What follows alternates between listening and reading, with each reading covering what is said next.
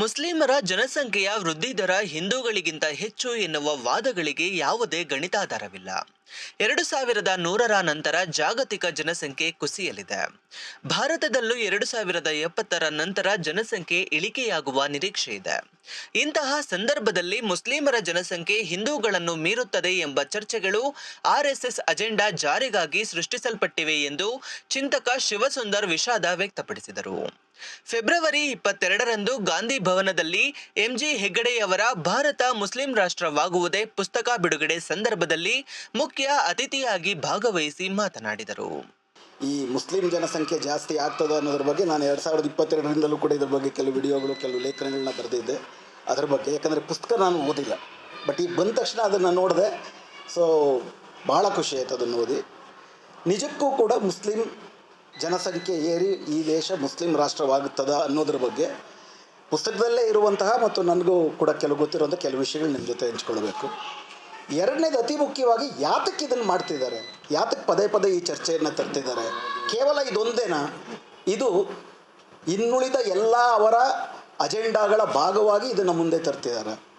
ಮೂರನೇದು, ಅತಿ ಮುಖ್ಯವಾಗಿ ಇದನ್ನು ಹಿಮ್ಮೆಟ್ಟಿಸೋದೇ. ಇದರಲ್ಲಿ ವಿರೋಧ ಪಕ್ಷಗಳ ಕರ್ತವ್ಯ ಏನು, ಚಳುವಳಿಗಳ ಕರ್ತವ್ಯ ಏನು, ನಾವು ಅದನ್ನು ಮಾಡ್ತಿದ್ದೀವಿ. ಈ ಮೂರು ವಿಷಯಗಳನ್ನ ಮಾತ್ರ ಸಂಕ್ಷಿಪ್ತವಾಗಿ ನಿಮ್ಮ ಜೊತೆ ಹಂಚ್ಕೊಳ್ಳಿಕ್ಕೆ ಇಷ್ಟಪಡ್ತೀನಿ. ಭಾರತ ಮುಸ್ಲಿಂ ರಾಷ್ಟ್ರವಾಗುವುದೇ ಅನ್ನೋ ಪ್ರಶ್ನೆ, ಭಾರತ ಮನುಷ್ಯ ರಾಷ್ಟ್ರವಾಗುವುದೇ ಅಂತ ಅಂಬೇಡ್ಕರ್ ಭಾಳ ಮುಖ್ಯವಾಗಿ ಕೇಳಿದರು. ಮನುಷ್ಯರ ರಾಷ್ಟ್ರ ಆಗುತ್ತಾ ಈ ದೇಶ? ಎಲ್ಲಿಯ ತನಕ ಜಾತಿಗಳಿರ್ತಾವೋ ನಾವು ಮನುಷ್ಯರಾಗಿ ಉಳಿತೀವ? ಮೇಲು ಕೀಳು, ನಾನು ಶ್ರೇಷ್ಠ ನೀನು ಕನಿಷ್ಠ ಅಂತ ಇರೋ ತನಕ ಬಂಧುತ್ವ ಅನ್ನೋದು ಬರುತ್ತಾ? ಬಂಧುತ್ವ ಇಲ್ಲ ಅಂತಂದರೆ ಒಂದು ದೇಶ ದೇಶವಾಗಿ ಉಳಿಯುತ್ತಾ? ಇದು ಬಹಳ ಮುಖ್ಯವಾದ ಪ್ರಶ್ನೆ. ಇದು ನಮ್ಮ ಸ್ವಾತಂತ್ರ್ಯ ಹೋರಾಟದ ಪ್ರಶ್ನೆ, ದೇಶ ನಿರ್ಮಾಣದ ಪ್ರಶ್ನೆ. ಬಂಧುತ್ವವಿಲ್ಲದೆ ಒಂದು ದೇಶ ಉಳಿಯಲ್ಲ. ಆ ಬಂಧುತ್ವವನ್ನು ಕಟ್ಟುವುದರ ಭಾಗವಾಗಿ ಸಂವಿಧಾನ ನಮಗೆ ಹಲವಾರು ಎಲ್ಲರೂ ಒಟ್ಟಿಗೆ ಹೋಗುವಂತಹ ರೀತಿಯ ಕೆಲವು ಕಾನೂನುಗಳನ್ನು, ಆರ್ಟಿಕಲ್ಗಳನ್ನು ಕೊಡ್ತು. ಅದನ್ನು ನಾವು ಅನುಸರಿಸ್ಕೊಂಡು ಹೋಗ್ತಿದ್ದೀವೋ ಅನ್ನೋದು ನಮ್ಮ ಮುಂದಿರುವ ಪ್ರಶ್ನೆ. ಅಂಥ ಸಂದರ್ಭ ನಮ್ಮ ಹತ್ರ ಇರಬೇಕಾದ್ರೆ ಇವತ್ತು ನಮಗೆ ಅತ್ಯಗತ್ಯವಾಗಿ ಬೇಕಾಗಿರೋದು ಒಂದು ದೊಡ್ಡ ಆತ್ಮಾವಲೋಕನ. 77 ವರ್ಷ ಆದಮೇಲೆ ಒಂದು ಆತ್ಮಾವಲೋಕನ ಮಾಡ್ಕೋಬೇಕಾಗಿದೆ, ನಾವು ಯಾವ ದಿಕ್ಕಲ್ಲಿ ಹೋಗ್ತಿದ್ದೀವಿ ಅಂತ. ಆ ದಿಕ್ಕಲ್ಲಿ ಎಂಜಿ ಹೆಗಡೆಯವರು, ಮಹೇಂದ್ರ ಕುಮಾರ್ ಅವರು, ಚಿಂತನ್ ಅವರು, ನಿಕೇತ್ ರಾಜ್ ಅಂತವರು ಇವರೆಲ್ಲ ಒಂದು ಭರವಸೆಗಳಾಗಿ ಕಾಣ್ತಾರೆ. ಅಂದರೆ ಸಂಘಿಗಳಿಂದ ಹೊರಟು ಮತ್ತೆ ಮನುಷ್ಯರಾಗುವ ಕಡೆ ಪ್ರಯಾಣದಲ್ಲಿ ಅದರಲ್ಲೂ ಅಷ್ಟು ಗಟ್ಟಿಯಾಗಿ ನಿಂತದ್ದೇನಿದೆ. ಹೀಗಾಗಿ ಎಂಜಿ ಹೆಗಡೆಯವರಿಗೆ ಪ್ರಧಾನವಾಗಿ ಒಂದು ದೊಡ್ಡ ಕೃತಜ್ಞತೆಗಳು.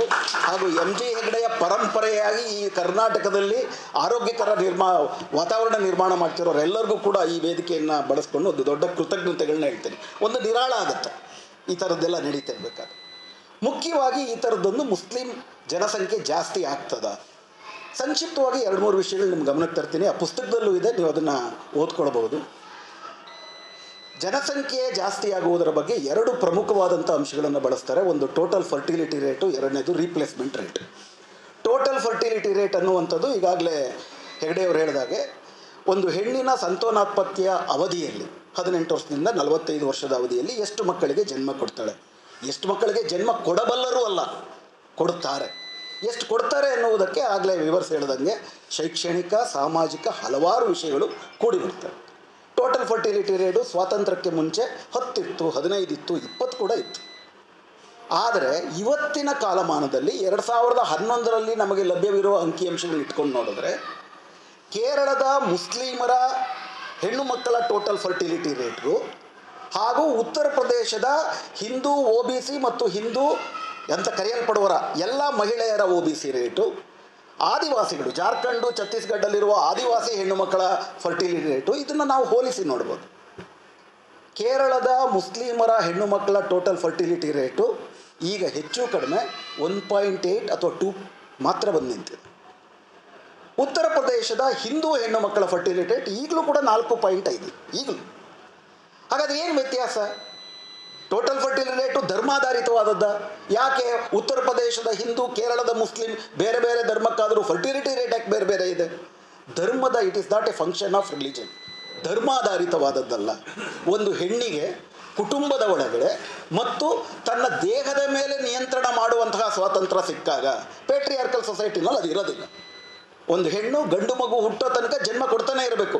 SIR ಅದೊಂದು ತುಂಬ ದೊಡ್ಡ ಪ್ರಕರಣವಾಗಿ ಬಂದಿದೆ, ನಾನು ನಂತರ ಅದ್ರ ಬಗ್ಗೆ ಮಾತಾಡ್ತೇನೆ. Special intensive revision of voter ಲಿಸ್ಟಲ್ಲಿ ಈಗ 6 ಮಕ್ಕಳದೊಂದು ಡಿಸ್ಕ್ರಿಪಿಯನ್ಸಿ ಅಂತ ಹೇಳ್ತಿದ್ದಾರೆ, ಅದು ಬೇರೆ ವಿಷಯ.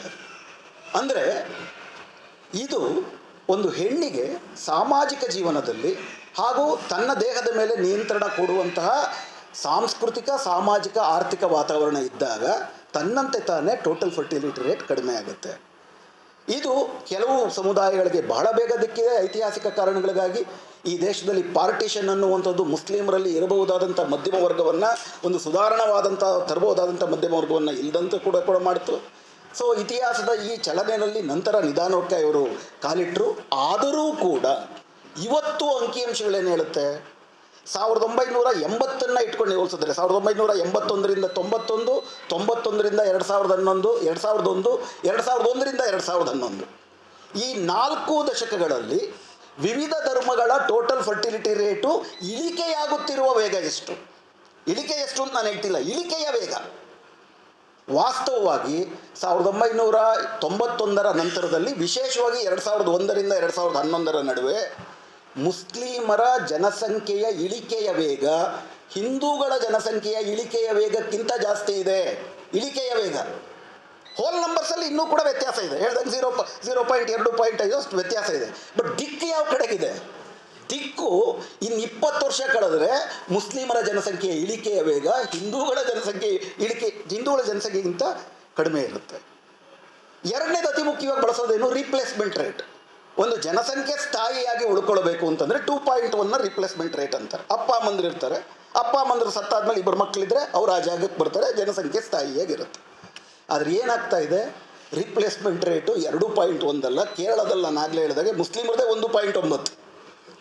ಇಡೀ ಕೇರಳದು, ಇಡೀ ದಕ್ಷಿಣ ರಾಜ್ಯಗಳದ್ದು, ಉದಾಹರಣೆಗೆ 17-18 ರಾಜ್ಯಗಳದ್ದು ರಿಪ್ಲೇಸ್ಮೆಂಟ್ ರೇಟು 2.1ಕ್ಕಿಂತ ಕಡಿಮೆ ಇದೆ.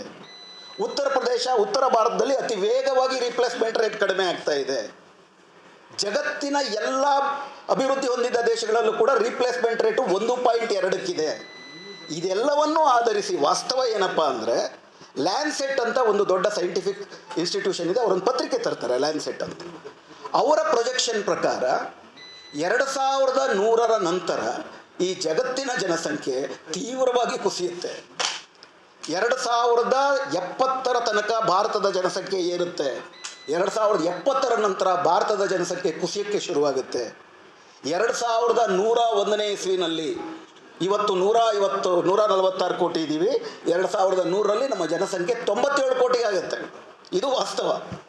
ಮುಸ್ಲಿಮರ ಜನಸಂಖ್ಯೆಯೂ ಇಳಿಯುತ್ತೆ, ಹಿಂದೂಗಳ ಜನಸಂಖ್ಯೆಯೂ ಇಳಿಯುತ್ತೆ. ಯಾಕಂದರೆ ರೀಪ್ಲೇಸ್ಮೆಂಟ್ ರೇಟು 1ಕ್ಕಿಂತ ಕಡಿಮೆ ಇರುತ್ತೆ. ಆ್ಯಕ್ಚುಲಿ ಒಂದು ಮುಂದಾಲೋಚನೆ ಇರುವ ದೇಶ, ದೂರಗಾಮಿ ದೇಶ ಇದಕ್ಕೆ ಸಿದ್ಧವಾಗಬೇಕು. ಚೈನಾ ಈಗಾಗಲೇ ಅದರ ಪರಿಣಾಮ ಅನುಭವಿಸ್ತಾ ಇದೆ. ಬಹಳಷ್ಟು ಸ್ಕ್ಯಾಂಡಿನೇವಿಯನ್ ದೇಶಗಳಿದೆ ಇದರ ಪರಿಣಾಮವನ್ನು ಅನುಭವಿಸ್ತಾ ಇದ್ದಾವೆ. ಏನು ಪರಿಣಾಮ? ಒಬ್ಬ ಯುವಕ 3 ತಲೆಮಾರನ್ನು, ಒಬ್ಬ ಯುವಕ ಅಥವಾ ಯುವತಿ 3 ತಲೆಮಾರನ್ನು ಸಾಕಬೇಕು. ಅಜ್ಜ ಅಜ್ಜಿ ಬದುಕಿರ್ತಾರೆ, ಅಪ್ಪ ಅಮ್ಮ ಬದುಕಿರ್ತಾರೆ, ಒಬ್ಬ ಯುವಕರಿರ್ತಾರೆ. ಅದು ಹುಟ್ಟಾಕುವ ಸಾಮಾಜಿಕ ಸಂಕ್ಷೋಭ ಏನು? ನಿಮಗೆ ಯುವಜನರೇ ಇಲ್ಲ ಅಂತಂದರೆ ದೇಶ ಹೆಂಗೆ ನಡೆಸ್ತೀರಾ? ಚೈನಾ ಮತ್ತೆ 3 ಮಕ್ಕಳು ಮಾಡ್ಕೊಳ್ಳಿ ಅಂತ ಅಫಿಷಿಯಲ್ ಪಾಲಿಸಿ ಮಾಡ್ತಿದ್ದಾರೆ, ಇನ್ಸೆಂಟಿವ್ಗಳು ಕೊಡ್ತಾ ಇದ್ದಾರೆ. ಇದರಿಂದ ಹುಟ್ಟುವ ಸಾಮಾಜಿಕ ಸಂಕ್ಷೋಭಗಳು, ಅದು ಹುಟ್ಟು ಹಾಕುವಂತಹ ಸಮಸ್ಯೆಗಳು ಅತೀವವಾದ್ದು. ಒಂದು ಪುರೋಗಮಿ ದೇಶ ಇದ್ರ ಬಗ್ಗೆ ಸಿದ್ಧವಾಗಬೇಕು ಅಂದರೆ ಮುಸ್ಲಿಮರ ಜನಸಂಖ್ಯೆ ಜಾಸ್ತಿ ಆಗುತ್ತೆ ಇತ್ಯಾದಿಗಳನ್ನ ಹೇಳಿ ಮಾಡ್ತಿದ್ದಾರೆ. ಇದು ವಾಸ್ತವ ಅಲ್ಲ. ಮೊದಲನೇದು ವಾಸ್ತವ ಅಲ್ಲ. ಒಟ್ಟಾರೆ ಜಗತ್ತಿನ ಜನಸಂಖ್ಯೆ ಕಡಿಮೆ ಆಗುತ್ತೆ. ಇನ್ಫ್ಯಾಕ್ಟ್ ನಮಗೊಂದು ಡೆಮೋಗ್ರಫಿಕ್ ಡಿವಿಡೆಂಡ್ ಅಂತ ಒಂದಿತ್ತು, ಇನ್ನೊಂದು 10 ವರ್ಷ ಇರುತ್ತದು. ಇಡೀ ಜಗತ್ತಿನಲ್ಲಿ ಅತಿ ಯುವ ರಾಷ್ಟ್ರ ಅಂದರೆ ನಾವು. ಅಂದರೆ 18 ವಯಸ್ಸಿನಿಂದ 40 ವಯಸ್ಸಿನ ನಡುವೆ ಇಂಥವರ ಜನಸಂಖ್ಯೆ ಇಟ್ಕೊಂಡಿರೋ ಒಂದು ದೇಶದಲ್ಲಿ ನಾವು ಜಾಸ್ತಿ ಇದ್ದೀವಿ. ಇದೊಂದು 15 ವರ್ಷ ನಮಗೆ ಲಾಭ ಇರುತ್ತೆ. ಇದಾದಮೇಲೆ ನಾವೆಲ್ಲ ಮುದುಕ ರಾಷ್ಟ್ರ ಆಗ್ತೀವಿ ನಾವು ಕೂಡ. ಈ ದುಡಿಯುವ ಕೈಗಳಿಗೆ, ಈ ಯುವ ಸ್ಫೂರ್ತಿಗಳಿಗೆ ನಾವು ಕೈಗೆ ಕೆಲಸ ಕೊಟ್ಟರೆ ಜಗತ್ತಿಗೆ ಅನ್ನ ಹಾಕ್ತಾಯಿದ್ರು. ಅಲ್ಲಿ ನಿರುದ್ಯೋಗ ಸಮಸ್ಯೆ ಯಾವ ಪ್ರಮಾಣದಲ್ಲಿ ಬೆಳೆದಿದೆ. ಅಕಸ್ಮಾತ್ ಈ ಜನ್ರೇಷನ್ಗೆ ಈ 15 ವರ್ಷದಲ್ಲಿ ನಾವು ಈ ಬಸ್ ಮಿಸ್ ಆದರೆ ಯುವಕರಿಗೂ ಉದ್ಯೋಗ ಇಲ್ಲ, ಮುದುಕರಾಗಲೇ ನಿವೃತ್ತರಾಗಿದ್ದಾರೆ, ಈ ದೇಶ ಏನಾಗಬೇಕು? ಇದು ಅಸಲು ಪ್ರಶ್ನೆ, ವಾಸ್ತವದ ಪ್ರಶ್ನೆ. ಜನಸಂಖ್ಯೆಯ ಬಗ್ಗೆ ನಾವು ಚರ್ಚೆ ಮಾಡಬೇಕಾಗಿರೋದು. ಅದನ್ನೆಲ್ಲವನ್ನು ಬದಿಗೆ ಒತ್ತಿ ಇದನ್ನು ಒಂದು ಕೋಮುವಾದಿಯಾಗಿದ್ದು ಬೆಳೆಸ್ತಾರೆ. ಮೊದಲನೇದು ಕೋಮುವಾದಿ ಲಾಜಿಕ್ಗೆ ಉತ್ತರನೇ ಏನಪ್ಪ ಅಂತಂದರೆ, ಸಂತಾನೋತ್ಪತ್ತಿಯ ದರಕ್ಕೂ ಧರ್ಮಕ್ಕೂ ಯಾವ ಸಂಬಂಧವೂ ಇಲ್ಲ. It is A function of socio economic and political factors. ಅದರಲ್ಲಿ ಅತಿ ಮುಖ್ಯವಾದದ್ದು, ಒಂದು ಹೆಣ್ಣಿಗೆ ಲೇಬರ್ ಪಾರ್ಟಿಸಿಪೇಷನ್, ಹೆಣ್ಣು ಮಕ್ಕಳ ಲೇಬರ್ ಪಾರ್ಟಿಸಿಪೇಷನ್ ಎಷ್ಟು, ಎಲ್ಲಿ ಜಾಸ್ತಿ ಇದೆ, ಯಾವ ದೇಶದಲ್ಲಿ? ಕೇರಳದಲ್ಲಿ ಜಾಸ್ತಿ ಫಿಮೇಲ್ ಲೇಬರ್ ಪಾರ್ಟಿಸಿಪೇಷನ್. ಅಲ್ಲಿ ಸಂತಾನೋತ್ಪತ್ತಿಯ ದರ ಇಳಿದಿದೆ. ಒಂದು ರೀತಿ ಸಮಾಜದಲ್ಲಿ ತಾನು ಭಾಗವಹಿಸಿದಾಗ ಹೆಣ್ಣಿಗೆ ಸ್ವಾತಂತ್ರ್ಯವೂ ಸಿಗುತ್ತೆ ತನ್ನ ದೇಹದ ಮೇಲೆ, ಕುಟುಂಬದ ಒತ್ತಡವನ್ನು ಮೀರಿ ನಿಲ್ಲಬಹುದು. ನಮ್ಮ ಹಳೆ ಸೀರಿಯಲ್ಗಳು ಬರ್ತಾವಲ್ಲ, ಟಿ ವಿ ಸೀರಿಯಲ್ಗಳಲ್ಲಿರೋ ಕಥೆಗಳೆಲ್ಲ ಬದಲಾಗಬಲ್ಲವು ಅವಾಗ. ಅದನ್ನು ಪ್ರಧಾನವಾಗಿ ಇಟ್ಕೊಳ್ಬೇಕು ಅನ್ನೋದು ಮೊದಲನೇ ವಿಷಯ. ಇದು ಶುದ್ಧ ಸುಳ್ಳು. ಇದು ಮುಸ್ಲಿಂ ರಾಷ್ಟ್ರ ಆಗೋದು ಲಾಜಿಕಲಿನೇ ಸಾಧ್ಯ ಇಲ್ಲ, ಪೊಲಿಟಿಕಲಿ ಇಂಪಾಸಿಬಲ್. ಅದು ಇದು ಮಾಡ್ತಿರೋದು ಏನಕ್ಕಾಗಿ? ಇದು ಮಾಡ್ತಿರೋದು ಮುಸ್ಲಿಮರ ಮೇಲೆ, ಅಲ್ಪಸಂಖ್ಯಾತರ ಮೇಲೆ ಮಾಡ್ತಿರುವಂತಹ ಸಮಗ್ರವಾದ ದಾಳಿಯ ಮತ್ತೊಂದು ಭಾಗ. ಉದಾಹರಣೆಗೆ 2025ರಲ್ಲಿ ಅಮಿತ್ ಶಾ ಅವರು ಒಂದು ಡೆಮಾಗ್ರಫಿಕ್ ಮಿಷನ್ ಅಂತ ಶುರು ಮಾಡಿದ್ದಾರೆ. ಅದಕ್ಕೆ ಒಬ್ಬರು ಯಾರ್ಯಾರನ್ನು ಅಧ್ಯಕ್ಷರನ್ನಾಗಿ ಕೂಡ ಮಾಡಿದ್ದಾರೆ. ಡೆಮಾಗ್ರಫಿಕ್ ಮಿಷನ್ ಏನಂತಂದರೆ ನಮ್ಮ ದೇಶದಲ್ಲಿ ಜನಸಂಖ್ಯೆ ಯಾವ ಪ್ರಮಾಣದಲ್ಲಿ ಮಾರ್ಪಾಡಾಗ್ತಿದೆ ಅಂತ. ಇನ್ಫ್ಯಾಕ್ಟ್ ಅಮಿತ್ ಶಾ ಅವರೇ ಹೇಳೋದೇನು, ಮೊನ್ನೆ ಅಸ್ಸಾಂನಲ್ಲಿ ಹೋಗಿ ಭಾಷಣ ಮಾಡಿದ್ದೇನು, ಭಾರತದಲ್ಲಿ ಮುಸ್ಲಿಮರ ಜನಸಂಖ್ಯೆ ಕಾರಣ ಆಗ್ತಿರೋದಕ್ಕೆ ಫರ್ಟಿಲಿಟಿ ರೇಟ್ ಅಲ್ಲ, ಇಲ್ಲೀಗಲ್ ಇಮಿಗ್ರೆಂಟ್ಸು ಅಂತ ಹೇಳೋದು. ಎರಡರಲ್ಲೊಂದು ತೀರ್ಮಾನ ಮಾಡಿ. ಮುಸ್ಲಿಮರ ಜನಸಂಖ್ಯೆ ಜಾಸ್ತಿ ಆಗ್ತಿದೆಯಾ, ಇಲ್ಲೀಗಲ್ ಇಮಿಗ್ರೇಷನ್ ಆಗ್ತಿದೆಯಾ? ಮುಸ್ಲಿಮರ ಜನಸಂಖ್ಯೆ ಜಾಸ್ತಿ ಆಗ್ತಿದೆ ಅನ್ನೋದನ್ನು ಅವ್ರದ್ದೇ ಕಮಿಷನ್ಗಳು ಒಪ್ಪೋದಿಲ್ಲ, ಅವ್ರದ್ದೇ ಇಲಾಖೆಗಳು ಒಪ್ಪೋದಿಲ್ಲ. ಇನ್ನು ಇಲ್ಲೀಗಲ್ ಇಮಿಗ್ರೆಂಟ್ಸ್ ಜಾಸ್ತಿ ಆಗ್ತಿದ್ದಾರಾ? ನಿನ್ನೆ 2-3 ದಿವಸದ ಕೆಳಗಡೆ RTIನಲ್ಲಿ ಒಬ್ಬರು ಅಪ್ಲಿಕೇಶನ್ ಹಾಕಿದ್ದಾರೆ. ಕಳೆದ 20 ವರ್ಷದಲ್ಲಿ ಭಾರತಕ್ಕೆ ಬಂದಂಥ ಇಲ್ಲೀಗಲ್ ಇಮಿಗ್ರೆಂಟ್ಸ್ ಎಷ್ಟು? ಗೃಹ ಸಚಿವಾಲಯದ ಬಳಿ ಇದಕ್ಕೆ ಉತ್ತರವಿಲ್ಲ. SIR ಬಗ್ಗೆ ಸುಪ್ರೀಂ ಕೋರ್ಟಲ್ಲಿ ವಾದ ವಿವಾದ ನಡಿಬೇಕಾದ್ರೆ ಕಪಿಲ್ ಸಿಬಲ್ ಈ ಪ್ರಶ್ನೆ ಕೇಳ್ತಾರೆ, ಏನಕ್ಕೋಸ್ಕರ SIR ಮಾಡ್ತಾ ಇದ್ದೀರಿ? ಬಾಂಗ್ಲಾದೇಶದಿಂದ 100 ಕೋಟಿ ಜನ ಬಂದ್ಬಿಟ್ಟಿದ್ದಾರೆ. 100 ಕೋಟಿ. ಬಾಂಗ್ಲಾದೇಶ ಜನಸಂಖ್ಯೆಯ 8.5 ಕೋಟಿ. ಎಲ್ಲಿಂದ ಬಂದರು, ಎಲ್ಲಿ ನಡ್ಕೊಂಡು ಬೇರೆ ಪ್ರಶ್ನೆ. 100 ಕೋಟಿ ಬಂದ್ಬಿಟ್ರು. ಸರಿ, ಕಪಿಲ್ ಸಿಬಲ್ ಒಂದು ಪ್ರಶ್ನೆ ಕೇಳಿದ್ರು, 100 ಕೋಟಿ ಬಂದಿದ್ದಾರೆ ಎನ್ನುವುದಕ್ಕೆ ನಿಮ್ಮ ಸರ್ಕಾರಿ ದಾಖಲೆ ಒಂದು ತೋರಿಸ್ತೀವಿ. ಏನೋ ನಿಯಮ ಮಾಡ್ತಿದ್ದೀರಿ, ಇಡೀ ದೇಶವೇ ಕೋಲಾಹಲ ಆಗುವಂಥ ಒಂದು SIR ಮಾಡ್ತಿದ್ದೀರಿ, ಅದಕ್ಕೊಂದು ಪುರಾವೆ ತೋರಿಸ್ಬೇಕಲ್ಲ. ಒಂದು ಪುರಾವೆಯೂ ಇಲ್ಲ. ಅದಕ್ಕೆ ಬದಲಿಗೆ ಏನು ಹೇಳ್ತಾರೆ, ಇವರು ಮಾತಾಡೋದು ರಾಕೇಶ್ ದ್ವಿವೇದಿ ಅಂತ ಲಾಯರ್, ಎಷ್ಟು ಜನ ಇದ್ದಾರೆ ಅಂತ ಮುಖ್ಯ ಅಲ್ಲ, ಒಬ್ಬರಿದ್ರೂ ನಾವು ಬಿಡಲ್ಲ, ಚುನ್ಕೆ ಬಗಾವುಂಗ ಅಂತ ಒಳ್ಳೆ ಗಬ್ಬರ್ ಸಿಂಗ್ ಥರ ಮಾತಾಡ್ತಾರೆ. ಚುನ್ಕೆ ಬಗಾವುಂಗ. ಓಕೆ, ಕಳಿಸಿ, ತುಂಬ ಸಂತೋಷ. ಸೊ ನಿಮ್ಮ ಪ್ರಕಾರ ಬಿಹಾರದಲ್ಲಿ ಎಷ್ಟು ಜನ ಆದರು SIRಲ್ಲಿ? 65 ಲಕ್ಷ ಜನ ಆದರು. 65 ಲಕ್ಷದಲ್ಲಿ ಎಷ್ಟು ಜನ ಇಲ್ಲೀಗಲ್ ಇಮಿಗ್ರೆಂಟ್ಸು? SIR ಪೂರ್ತಿ ಮುಗ್ದಿರೋ ದೇಶ ಬರೀ ಬಿಹಾರ. ಎಷ್ಟು ಜನ ಅಂತ ಕೇಳಿದ್ರು ಪತ್ರಿಕಾಗೋಷ್ಠಿಯಲ್ಲಿ ಸನ್ಮಾನ್ಯ ಜ್ಞಾನೇಶ್ ಕುಮಾರ್ ಅವರಿಗೆ. ಅವರೇನು ಹೇಳ್ತಾರೆ, 32 ಲಕ್ಷ ಜನ ಶಿಫ್ಟ್ ಆಗಿದ್ದಾರೆ, 22 ಲಕ್ಷ ಜನ ಸತ್ತೋಗಿದ್ದಾರೆ, 8 ಲಕ್ಷ ಡೂಪ್ಲಿಕೇಟು. ಸರಿ ಸ್ವಾಮಿ, ವಿದೇಶದವ್ರು ಎಷ್ಟು? 32 ಲಕ್ಷ ಜನ ಶಿಫ್ಟ್ ಆಗಿದ್ದಾರೆ, 22 ಲಕ್ಷ ಜನ ಸತ್ತೋಗಿದ್ದಾರೆ, 8 ಲಕ್ಷ ಡೂಪ್ಲಿಕೇಟ್. ಸರಿ ಸ್ವಾಮಿ, ಫಾರಿನರ್ಸ್ ಎಷ್ಟು? Next question. ಇದುವರೆಗೂ ಅಧಿಕೃತವಾಗಿ ಉತ್ತರ ಕೊಟ್ಟಿಲ್ಲ. ಕೊನೆಗೆ ಯೋಗೇಂದ್ರ ಯಾದವ್ ಇಂಥ ಪತ್ರಕರ್ತರು, ತರಲೆ ಸಮಾಜ ಜೀವಿಗಳು ಅಥವಾ ಏನದು ಆಂದೋಲನ ಜೀವಿಗಳು, ಇವರೇ ಅಧ್ಯಯನ ಮಾಡಿದಾಗ ವಿದೇಶಿಯರು ಅಂತ ಅನ್ನೋದಕ್ಕೆ ನೀವೇನು ಮಾಡಬೇಕು? ಫಾರಮ್ 7 ಫಿಲಪ್ ಮಾಡಬೇಕು. ಫಾರಮ್ 7 ಫಿಲಪ್ ಮಾಡಿ ನನ್ನ ಕಾನ್ಸ್ಟಿಟ್ಯೂಷನಲ್ಲಿ ಪಕ್ಕದಲ್ಲಿದ್ದಾನಲ್ಲ, ಇವನು ಸತ್ತೋಗಿದ್ದಾನೆ ಅಥವಾ ಇವನು ವಿದೇಶದಿಂದ ಬಂದಿದ್ದಾನೆ, ಇವನನ್ನು ಕಿತ್ತಾಕಿಂತ ನಾನು ಕಂಪ್ಲೇಂಟ್ ಕೊಡಬೇಕು. ಆ ಕಂಪ್ಲೇಂಟನ್ನು ಆಧರಿಸಿ ಎಲೆಕ್ಷನ್ ಕಮಿಷನ್ ಅದರ ಬಗ್ಗೆ ತೀರ್ಮಾನ ತಗೋಬೇಕು. ಎಷ್ಟು ಕಂಪ್ಲೇಂಟ್ ಕೊಟ್ಟಿದ್ದೀರಾ ಬಿಹಾರಲ್ಲಿ? BJP ಎಷ್ಟು ಕಂಪ್ಲೇಂಟ್ ಕೊಟ್ಟಿದೆ? 0. 1 ಕಂಪ್ಲೇಂಟು ಕೊಟ್ಟಿದೆ. ಕೊನೆಗೆ ಇವರೇ ಅಧ್ಯಯನ ಮಾಡಿದಾಗ ಗೊತ್ತಾಗೋದೇನು, 1270 ಅಪ್ಲಿಕೇಶನ್ಗಳು ಯಾರ್ಯಾರೋ ಫೈಲ್ ಮಾಡಿದ್ದಾರೆ. ಆಶ್ಚರ್ಯಕರ ಅಂದರೆ ಅದರಲ್ಲಿ 800 ಅಪ್ಲಿಕೇಶನ್ಗಳು ನಾನು ವಿದೇಶಿಯ, ನನ್ನನ್ನು ಕಿತ್ತಾಕಿ ಅಂತ ಹಾಕ್ಕೊಂಡಿರೋ ಅಪ್ಲಿಕೇಶನ್. ಸುಪ್ರೀಂ ಕೋರ್ಟಿಗೆ ತೋರಿಸಿದ್ರು ಅದನ್ನು, ಫ್ರಾಡ್. ಅದು ಬಿಟ್ಟು ಹಾಕಿದ್ರು. ಕೊನೆಗೆ ದರ್ಭಾಂಗ ಜಿಲ್ಲೆಯಲ್ಲಿ 220 ಜನ ಮಹಿಳೆಯರು ಸಿಕ್ಕರು. ಯಾರ ಮಹಿಳೆಯರು? ದರ್ಭಾಂಗ ಜಿಲ್ಲೆ ನೇಪಾಳಕ್ಕೆ ಬಾರ್ಡ್ರಲ್ಲಿದೆ. ನೇಪಾಳದಿಂದ ದರ್ಭಾಂಗಗೆ ಬಂದಂಥ ಹಿಂದೂ ಮಹಿಳೆಯರು ದರ್ಭಾಂಗದ ಹಿಂದೂ ಪುರುಷರನ್ನ ಮದುವೆ ಆಗಿರೋದು 220 ಜನ. ಅವರಾಗಲೇ 5 ಎಲೆಕ್ಷನಲ್ಲಿ ಓಟ್ ಹಾಕಿದ್ದಾರೆ. ಇನ್ನು ಮುಸ್ಲಿಮ್ರೆಷ್ಟು? ಮುಸ್ಲಿಮರು ದರ್ಭಾಂಗ ಜಿಲ್ಲೆಯಲ್ಲಿ ಸಿಕ್ಕಿದವರು 5 ಜನ, ಅದರಲ್ಲಿ 3 ಜನ ಸತ್ತೋದ್ರು, 2. ಕೊನೆಗೆ ಅವ್ರ ಲೆಕ್ಕದಲ್ಲಿ ಸಿಕ್ಕಿದ್ರು. ಅಂದರೆ ವಿದೇಶಿಯರಿಲ್ಲ. ಅತಿ ಹೆಚ್ಚು ವಿದೇಶಿಯರೆಲ್ಲಿಂದ ಬಂದಿದ್ದು ನಿಮ್ಮ ಪ್ರಕಾರ ಇಲ್ಲೀಗಲ್ ಇಮಿಗ್ರೆಂಟ್ಸು? NRC ನೀವು ಎಲ್ಲಿ ಮಾಡಿದ್ದು? ಅಸ್ಸಾಂನಲ್ಲಿ. ಅಸ್ಸಾಂನಲ್ಲಿ ಯಾಕೆ SIR ಮಾಡ್ತಾ ಇಲ್ಲ? ಈಗ ಅಸ್ಸಾಂನಲ್ಲಿ SIR ಮಾಡ್ತಿಲ್ಲ, ಅಸ್ಸಾಂನಲ್ಲಿ ಬರೀ SR ಮಾಡ್ತಿದ್ದಾರೆ. ಯಾಕೆ ಅಂದರೆ SIRನಲ್ಲಿ ನಿಮ್ಮ ಡಾಕ್ಯುಮೆಂಟ್ಗಳು ಯಾವುದಾದ್ರೂ ಕೊಡಿ ಅಂತಂದರೆ ಆ ಡಾಕ್ಯುಮೆಂಟ್ಗಳಲ್ಲಿ 11ನೇ ಡಾಕ್ಯುಮೆಂಟು NRCನಲ್ಲಿ ನಿಮ್ಮ ಹೆಸರಿದ್ದರೆ ಸಾಕು ಅಂತ.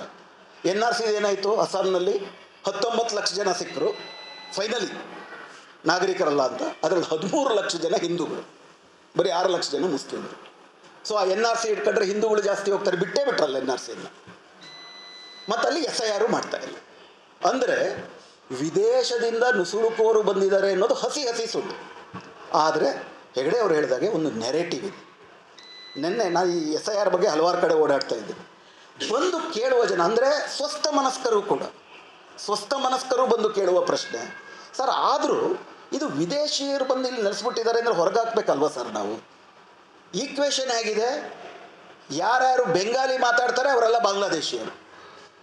ನಮ್ಮ ಕರ್ನಾಟಕದ ಒಳಗಡೆ, ಕರ್ನಾಟಕದ ಮಲೆನಾಡಿನಲ್ಲಿ ಕಾಫಿ ತೋಟದಲ್ಲಿ ಇವಾಗ ಸೀಸನ್, ನವಂಬರಿಂದ ಮಾರ್ಚ್ ತನಕ ಕಾಫಿ ಬೀಜ ಕೀಳೋ ಸೀಸನ್. ಭಾಳಷ್ಟು ಜನ ಎಲ್ಲಿಂದ ಬಂದಿದ್ದಾರೆ? ವೆಸ್ಟ್ ಬೆಂಗಾಲಿಂದ ಬಂದಿದ್ದಾರೆ, ಡಾರ್ಜಿಲಿಂಗಿಂದ ಬಂದಿದ್ದಾರೆ. ಯಾಕಂದರೆ ಪರಂಪರಾಗತವಾಗಿ ಕಾಫಿ ಎಸ್ಟೇಟ್ಗಳು, ಟೀ ಎಸ್ಟೇಟ್ಗಳು ಇದಾವಲ್ಲ, ಅಲ್ಲಿ ಬಂದು ಕಾಫಿ ಕೀಳ್ತಾರೆ. ಯಾರು ಅವ್ರನ್ನ ಎಂಪ್ಲಾಯ್ ಮಾಡ್ಕೊಂಡಿರೋದು? ಮುಸ್ಲಿಮರ ಎಂಪ್ಲಾಯ್ ಮಾಡ್ಕೊಂಡಿರೋದು? ಅಪ್ಪಟ ಕನ್ನಡಿಗ ಕಾಫಿ ಎಸ್ಟೇಟ್ ಮಾಲೀಕರು ಮಾಡ್ಕೊಂಡಿದ್ದಾರೆ. ಯಾಕೆ ಮಾಡ್ಕೊಂಡ್ರು? 1 kg ಕಾಫಿ ಕೀಳೋಕ್ಕೆ ಸ್ಥಳೀಯರಿಗೆ 1 kgಗೆ 8 ರೂಪಾಯಿ ಕೊಡಬೇಕು, ಇವ್ರಿಗೆ 4 ರೂಪಾಯಿ ಕೊಟ್ಟರು ಸಾಕು. ಯಾಕೆ? ಡ್ಯಾಂಪನಿಂಗ್ ಎಫೆಕ್ಟ್ ಇರುತ್ತೆ. ವಲಸೆಗೋರರು, ಮುಸ್ಲಿಂ ಹೆಸರು ಇರುತ್ತೆ. ಮುಸ್ಲಿಂ ಹೆಸರು ನೀನು ಜಾಸ್ತಿ ಕೇಳಿದ್ರೆ ನಿನ್ನ ಹಿಡ್ಕೊಡ್ತೀನಿ ಅಂತ. ಅಂದರೆ ಈಗೇನಾಗಿದೆ, ನೋಟಿಸ್ ಕಳಿಸ್ತಾರೆ.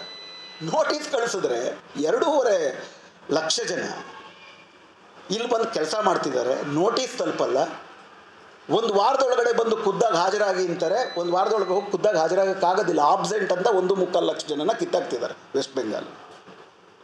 ಬಿಹಾರಕ್ಕೆ ವಾಪಸ್ ಬರಳಿದ್ರೆ 65 ಲಕ್ಷ ಜನನ ಹೊರಗಾಕಿದ್ದಾರೆ. ಬಿಹಾರದ ಓವರಾಲ್ ಪಾಪ್ಯುಲೇಷನ್ನಲ್ಲಿ ಮುಸ್ಲಿಮರ ಜನಸಂಖ್ಯೆ 17%, 65 ಲಕ್ಷದಲ್ಲಿ 34%. ಟಾರ್ಗೆಟೆಡ್ ಆಗಿ ಮಾಡಿದ್ದಾರೆ. ಸರಿ, 34% ಮುಸ್ಲಿಮರು, ಇನ್ನು 66% ಯಾರು? ಇನ್ನು 66% ಹಿಂದೂಗಳು. ಅವ್ರು ವಿದೇಶದಿಂದ ಬಂದವರು. ಹಾಗಾದ್ರೆ ನೀವೇ ಡಿಫೀಟ್ ಮಾಡ್ಕೊಂಡ್ರಲ್ಲ. ಹಾಗಾದ್ರೆ ಜನಸಂಖ್ಯೆ ಏರಿಕೆ ಕಾರಣ ಏನು? ಇಲ್ಲಿಗಲ್ ಇಮಿಗ್ರೇಷನ್ ಅಲ್ಲ, ಇದೂ ಅಲ್ಲ. ಅಂದರೆ ಜನಸಂಖ್ಯೆ ಏರಿಕೆ ಆಗ್ತಿಲ್ಲ ನೀವು ಹೇಳ್ತಿರೋ ಪ್ರಕಾರ. ಇದು ಫಾಲ್ಸ್ ನೆರೆಟಿವ್. ಇಲ್ಲಿಗಲ್ ಇಮಿಗ್ರೇಷನ್ನು ಆಗ್ತಾ ಇಲ್ಲ, ಮುಸ್ಲಿಮರ ಜನಸಂಖ್ಯೆ ಆ ಪ್ರಮಾಣದಲ್ಲಿ ನೀವು ಹೇಳುವ ಭಯ ಹುಟ್ಟಿಸುವ ರೀತಿಯಲ್ಲಿ ಏರಿಕೆಯೂ ಆಗ್ತಿಲ್ಲ. ಆದರೂ ಕೂಡ ಇದನ್ನು ಯಾಕೆ ಮಾಡ್ತಾರೆ ಅಂತಂದರೆ, ಜಗತ್ತಿನಲ್ಲಿ ನಡೆದಂಥ ನರಮೇಧಗಳ ಬಗ್ಗೆ ಅಧ್ಯಯನ ಮಾಡಿರುವಂಥ ಒಂದು ಸಂಸ್ಥೆ ಇದೆ, international institute for study of genocide ಅಂತ. ಗ್ರಹಮ್ ಸ್ಟ್ಯಾಂಟನ್ ಅಂತ ಅದರ ಅಧ್ಯಕ್ಷರು. ಅವರು ರುವಾಂಡಾ ಅಂತ ಒಂದು ದೇಶ ಇದೆ ಆಫ್ರಿಕಾದಲ್ಲಿ. ರುವಾಂಡಾ ದೇಶದಲ್ಲಿ ವಿಶ್ವಸಂಸ್ಥೆಯ ರಾಯಭಾರಿಯಾಗೂ ಇದ್ದರು, ಅಮೇರಿಕಾದ ರಾಯಭಾರಿಯಾಗಿ ಕೂಡ ಇದ್ದರು ಅವರು.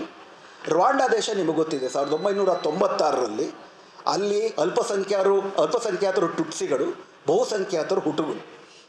ಕೇವಲ 96ರ 3 ತಿಂಗಳಲ್ಲಿ 10 ಲಕ್ಷ ಟುಟ್ಸಿಗಳನ್ನು ಹುಟುಗಳು ಕೊಂದಾಕಿದ್ರು.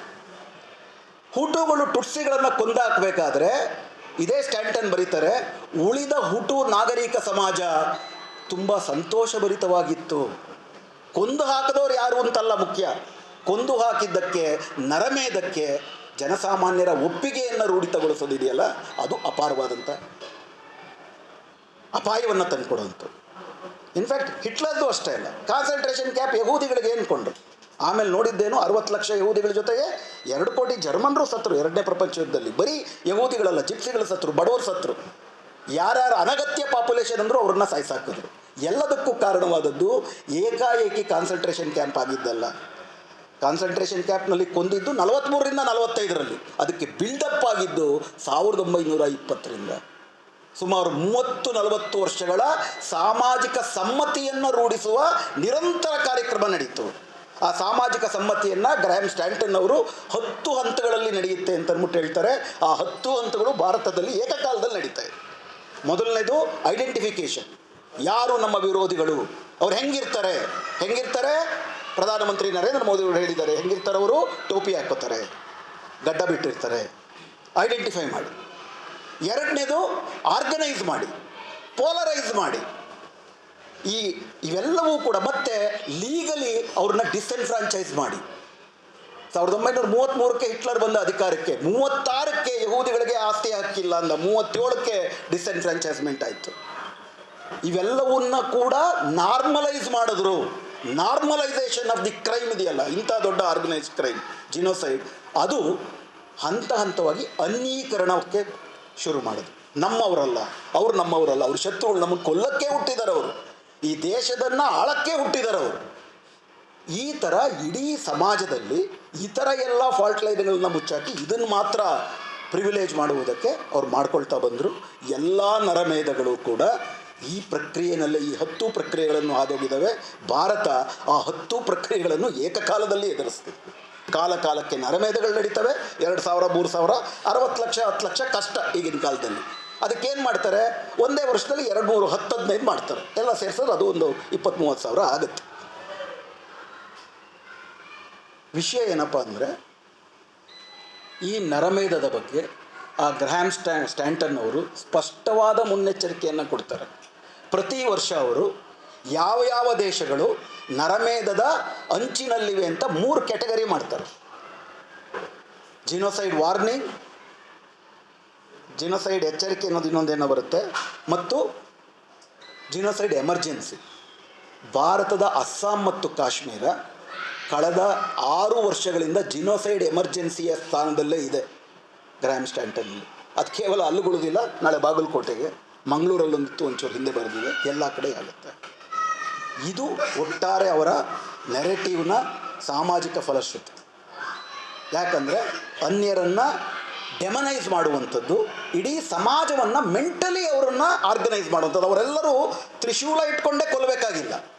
2017 ಜೂನ್ 14ನೇ ತಾರೀಕು ತಾಹೀರ್ ಅನ್ನುವ 17 ವರ್ಷದ ಒಬ್ಬ ಮುಸ್ಲಿಂ ಹುಡುಗನ ರಂಜಾನ್ ಟೈಮ್ನಲ್ಲಿ ಮೀರತ್ತಿಂದ ದೆಹಲಿಗೆ ಹೋಗ್ತಿರೋಂಥ ಎಕ್ಸ್ಪ್ರೆಸ್ಸಲ್ಲಿ 10 ಜನ ಹತ್ಕೋತಾರೆ ಆ ಕಂಪಾರ್ಟ್ಮೆಂಟಲ್ಲಿ.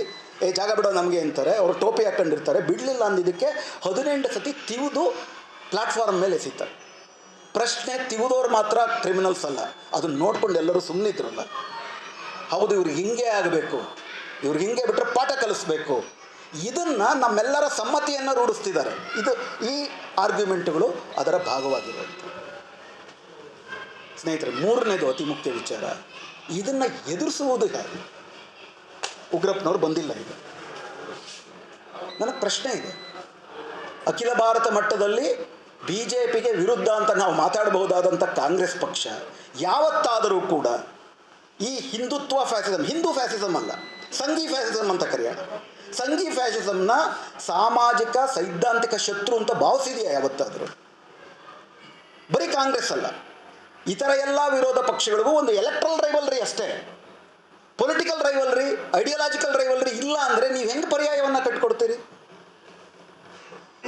2022ರ ಒಂದು ಅಂಕಿಅಂಶ ನಾನು ಹೋದ ಕಡೆ ಎಲ್ಲ ಹೇಳ್ತಿರ್ತೀನಿ, ಇಲ್ಲಿರೋರ್ಗೂ ಕೂಡ ಅದನ್ನು ನೆನಪಿಸ್ಬೇಕು ಅಂತ ನನಗನ್ಸುತ್ತೆ. 2022ರಲ್ಲಿ ಅಶೋಕ ಯೂನಿವರ್ಸಿಟಿ ಅಂತ, ಅಲ್ಲಿ Trivedi centre for political data ಅಂತ ಒಂದಿದೆ.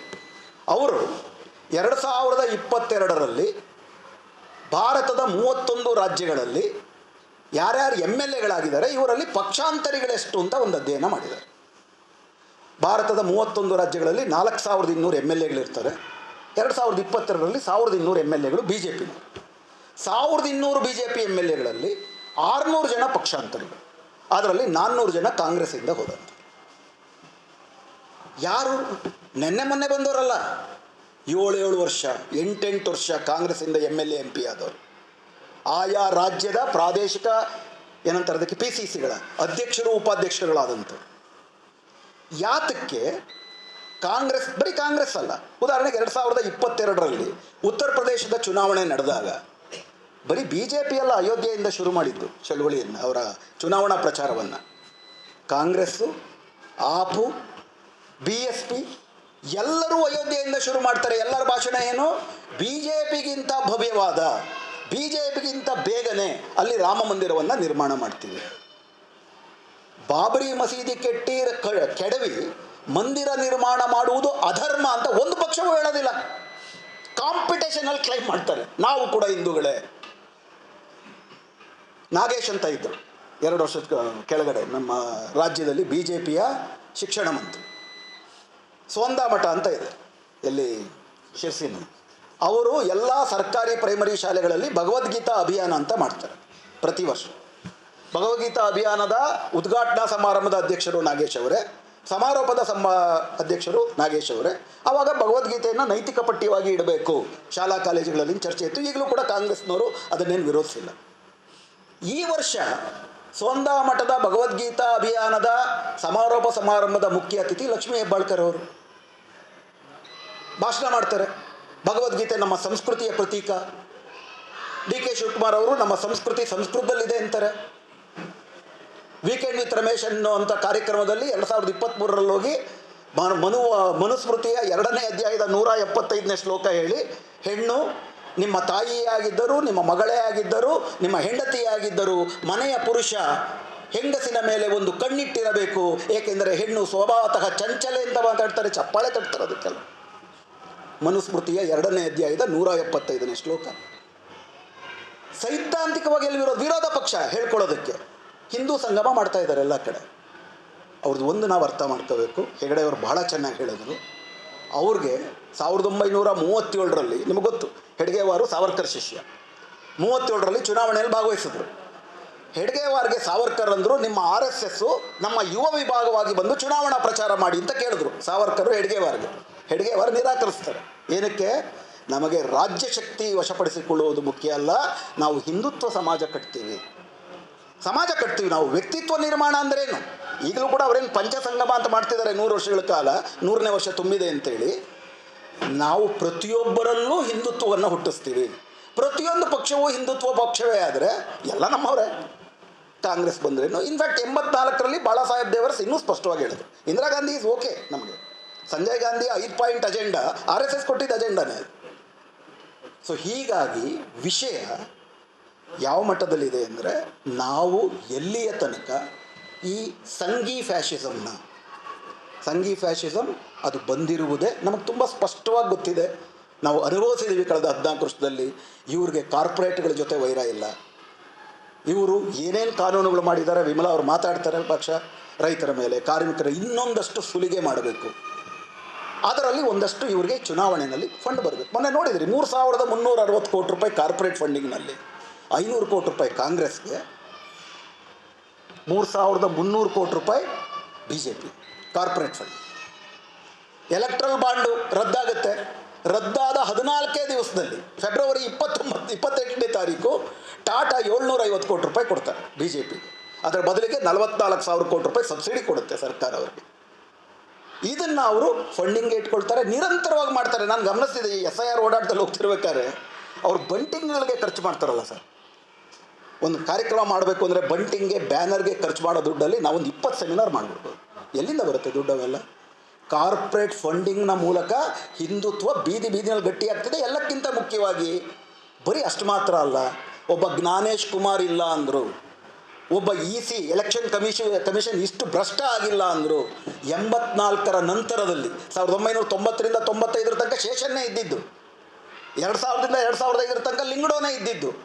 ಆದರೂ 84ರ ನಂತರ BJP ಮತ್ತು ಸಂಘ ಪರಿವಾರದ ಸಾಮಾಜಿಕ ಅಭಿವೃದ್ಧಿ, ಅವರ ರಾಜಕೀಯವಾದಂಥ ಏಳಿಗೆ ನಿರಂತರವಾಗಿ ಏಕಮುಖವಾಗಿದೆ. 2009ರ ಚುನಾವಣೆಯನ್ನು ಬಿಟ್ಟರೆ 84ರ ಚುನಾವಣೆಯಲ್ಲಿ 7% ವೋಟ್ ಶೇರು, ಈಗ 36% ವೋಟ್ ಶೇರು.